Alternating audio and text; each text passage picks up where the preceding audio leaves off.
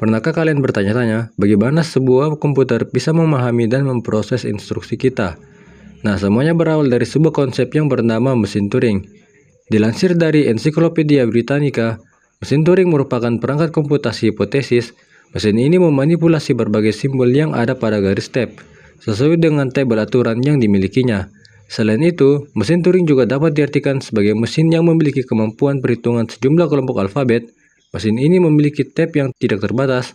Hal ini memungkinkan mesin Turing untuk melakukan baca dan tulis. Sekarang mari kita mulai dengan sedikit sejarah dari mesin Turing.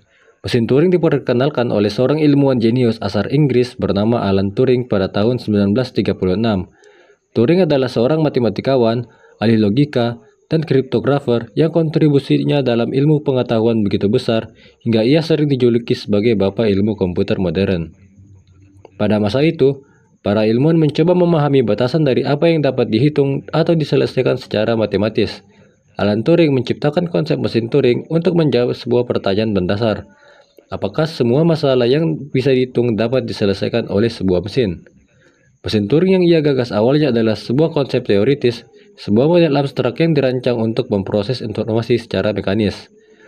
Meskipun sederhana, mesin Turing menjadi landasan bagi pengembangan komputer modern. Tanpa ide brilian dari Alan Turing, dunia teknologi mungkin tidak akan semaju seperti sekarang ini. Seperti yang kita pelajari sebelumnya, Alan Turing menciptakan mesin Turing sebagai model abstrak untuk memproses informasi.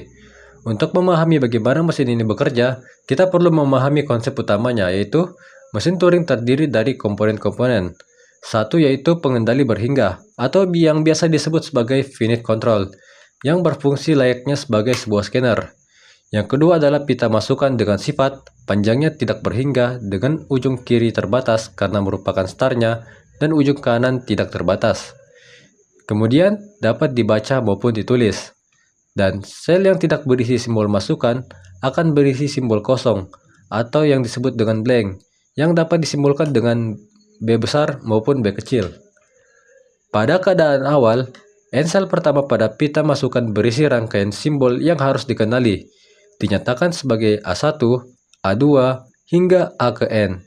Sel di sebelah kanan rangkaian simbol harus berisi B, di mana jika sudah selesai sampai A sel yang terakhir, maka akan dilanjutkan dengan simbol yang berisi B, sehingga akan terlihat seperti ini. Dan nanti, finite control akan berjalan dengan men-scan sel per sel dari kiri ke kanan dan dari kanan ke kiri, tidak hanya satu arah.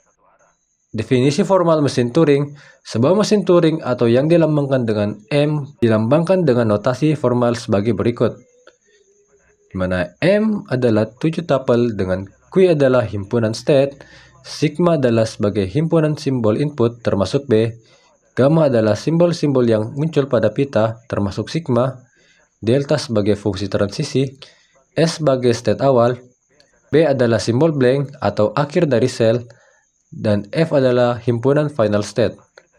Dengan memahami komponen ini, kita bisa melihat bagaimana mesin Turing menjalankan proses perhitungan. Kemudian di sini kita akan membahas tentang cara kerja dari mesin Turing. Nah, di sini kita akan menggunakan contoh string masukan yaitu 000111. Cara pertama yaitu dengan mengganti 0 paling kiri dengan simbol X.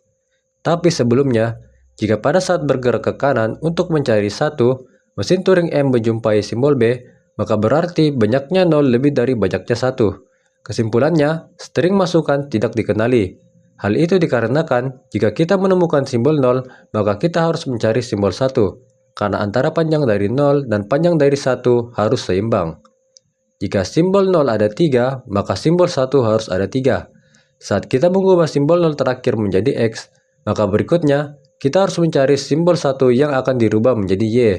Tetapi, jika kondisi itu tidak ditemukan dan malah menemukan simbol B, maka bisa dinyatakan antara panjang X dan panjang Y itu berbeda, sehingga string masukan dianggap tidak dikenali. Jika pada saat bergerak ke kiri, M tidak lagi menjumpai 0, maka M akan memeriksa apakah masih ada 1. Bila habis, maka string diterima atau dikenali, yaitu jika kita sudah merubah 1 menjadi Y, kita akan kembali mencari X yang terakhir. Dan dari X, kita akan menggeser lagi, apakah masih ada 0 atau tidak. Jika ternyata sudah tidak ada 0, maka dia akan mencari ke kanan untuk mencari nilai 1. Jika sudah tidak ada, berarti asumsinya panjangnya berimbang, maka stringnya akan diterima dan dikenali. Jika sebuah string diterima atau dikenali, maka mesin Turing M akan berhenti. Untuk string yang tidak dikenali atau ditolak, kemungkinan M tidak berhenti atau looping. Dia akan terus looping karena akan terus mencari bolak-balik. Kemudian, kita akan melanjutkan penyelesaian string masukan 000111 tadi. Selanjutnya, gerakan head ke kanan hingga menjumpai simbol 1. Kemudian, ganti simbol 1 paling kiri tadi dengan simbol Y. Setelah itu, gerakan head ke kiri untuk menjumpai simbol X. Kemudian, geser head ke kanan, maka akan diperoleh 0 yang paling kiri. Langkah selanjutnya adalah kembali ke langkah awal, dengan mengganti simbol 0 yang paling kiri dengan simbol X. Kemudian, kita akan menggeser head ke kanan hingga kita menjumpai simbol 1. Kemudian, simbol 1 tadi dirubah menjadi simbol Y. Kemudian, gerakan head ke kiri hingga menemukan simbol X. Kemudian, geser head ke kanan dan kita akan mendapat simbol 0 yang paling kiri. Setelah itu, kita merubah simbol 0 menjadi simbol X. Lalu gerakan head ke kanan hingga dijumpai simbol 1 dan ganti simbol 1 dengan simbol Y. Kemudian, akan kembali lagi ke simbol X. Dan kemudian, apakah masih ada simbol 0 setelah simbol X ini? Karena sudah tidak ada, maka akan terus bergeser ke sebelah kanan dan saat menemukan blank, bisa dinyatakan simbol diterima oleh mesin Turing. Karena panjang 0 dan panjang 1 bisa dinyatakan seimbang. Jadi kesimpulannya, string 000111 dikenali oleh mesin M. Untuk lebih jelasnya lagi, kita akan mencoba untuk mengerjakan soal berikut. Terdapat mesin Turing dengan konfigurasi sebagai berikut. Misalkan key sama dengan key 1 dan key 2, jadi state-nya adalah key 1 dan key 2. Sigma inputannya adalah A dan B. Simbol pada pitanya adalah A, B, dan blank. Kemudian final state-nya adalah key 2. Dan start state-nya adalah key 1. R adalah right atau bergerak ke kanan, dan L adalah left atau bergerak ke kiri. Di sini, fungsi transisi yang pertama adalah key 1 input A sama dengan key 1 AR. Maksudnya adalah, pada state key 1, head akan menunjuk A pada pita, kemudian head akan bergeser ke arah kanan. Kemudian, pada fungsi state transisi yang kedua yaitu key 1 input B sama dengan key 1 AR. Maksudnya adalah pada state key 1, head akan menunjuk B pada pita dan menulis A, kemudian head akan bergeser ke arah kanan. Kemudian, pada fungsi transisi yang ketiga yaitu key 1 input blank sama dengan key 2 blank left. Maksudnya, pada state key 1, head akan menunjuk karakter blank pada pita, kemudian berubah menjadi state key 2, dan head-nya akan bergeser ke arah kiri. Di sini, kita akan menggunakan contoh, pita yang akan dibaca adalah ABBAA. Berarti, kita akan mulai dari A. Untuk fungsi transisi A, yaitu key 1 input A sama dengan key 1 AR, di mana head akan menulis A, kemudian berpindah ke arah kanan. Dan sekarang head-nya ada di B dengan state key 1. Maka, untuk key 1 input B, kita bisa lihat di fungsi transisinya yaitu key 1 input B sama dengan key 1 AR. Hal itu menyebabkan head menulis A menggantikan B dan head akan bergerak ke arah kanan. Maka akan menjadi AABAA. Karena head berada di input B, berarti fungsi transisinya sama dengan sebelumnya, yaitu head akan menuliskan A menggantikan B, lalu bergerak ke arah kanan, maka pita akan menjadi AAAAA. Lalu key 1 berada di A, maka fungsi transisinya adalah key 1 input A sama dengan key 1 AR, menyebabkan head bergerak ke arah kanan, menyebabkan head akan bergeser ke arah kanan dan head-nya akan ada di A state key 1. Lalu sekarang, fungsi transisinya akan sama seperti sebelumnya yang menyebabkan head bergeser ke arah kanan. Karena di sebelah kanan kosong, maka kita akan isi dengan simbol blank. Karena sudah ada blank di state key 1, maka hasilnya kita bisa lihat di fungsi transisinya, yaitu key 1 input blank sama dengan key 2 blank left. Nah, dari head yang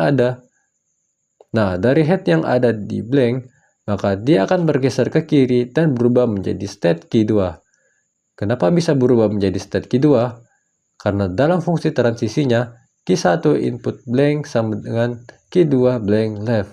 Karena tidak ada transisi lagi, dan key 2 termasuk state terakhir, maka input ABBAA atau pita yang dibaca ABBAA statusnya adalah diterima.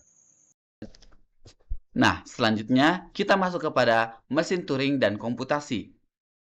Proses kerja mesin Turing yang telah kita lihat tadi adalah inti dari teori komputasi. Dari sini, kita bisa memahami bagaimana konsep ini menjadi dasar bagi semua komputer modern. Meskipun awalnya hanya sebuah konsep teoretis, prinsip-prinsip yang diusung oleh mesin Turing mengubah dunia teknologi. Semua komputer modern, dari PC hingga smartphone, bekerja berdasarkan prinsip ini, memanipulasi simbol untuk menyelesaikan suatu masalah. Nah, selanjutnya ada Turing Completeness. Turing Completeness adalah konsep inti dari mesin Turing, kemampuan sebuah sistem untuk memecahkan masalah apapun yang bisa dihitung. Sistem ini bisa memecahkan teka-teki, menghitung angka, atau menyelesaikan masalah apapun, asalkan diberi waktu dan juga memori yang cukup. Selanjutnya ada pembatasan dalam mesin Turing. Meskipun mesin Turing adalah model komputasi yang sangat kuat, ia tidaklah sempurna. Tentu ada batasan-batasan yang penting untuk kita pahami seperti halting problem, yang menunjukkan bahwa ada masalah yang tidak dapat diselesaikan oleh mesin Turing. Ini adalah situasi di mana mesin tidak tahu kapan harus berhenti, bahkan setelah bekerja tanpa henti. Nah, kemudian yang terakhir, ada aplikasi mesin Turing dalam dunia teknologi. Mesin Turing menjadi dasar untuk banyak teknologi modern yang kita gunakan setiap hari, dari pemrograman perangkat lunak hingga kecerdasan buatan. Prinsip dasar mesin Turing memungkinkan sistem-sistem ini untuk memproses data, membuat keputusan otomatis, dan bahkan belajar dari pengalaman. Kesimpulannya, mesin Turing adalah dasar dari semua komputer modern. Konsep sederhana yang diciptakan dalam Turing ini telah membuka jalan bagi teknologi canggih yang kita gunakan sehari-hari. Terima kasih telah menonton dan sampai jumpa di kesempatan berikutnya.